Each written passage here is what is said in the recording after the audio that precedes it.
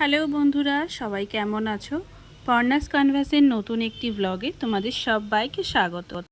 আমার আগের ব্লগে তোমরা দেখেছো আমি কেনাকাটা করতে গেছিলাম পুজো শ্রীলেদার্সে। এবার দেখে নাও কি কি খাওয়া দাওয়া করলাম।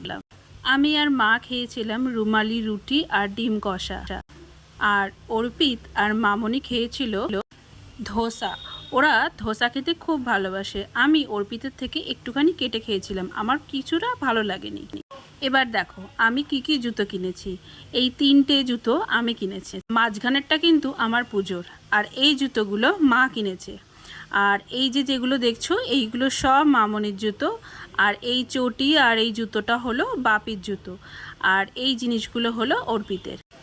আর নিউ মার্কেট যাব, ব্যাগ কিনবো না তা কখনো হয়? এগুলো মামনির, এগুলো আমার। ছোট ব্যাগটা কিন্তু অর্পিত গিফট করেছে, আর এই বড়টা হলো মায়ের।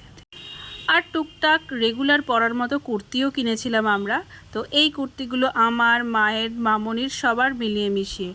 আর দেখো আমরা কত শ্রীলেদার্স থেকে জুতো কিনে শপিং করেছি।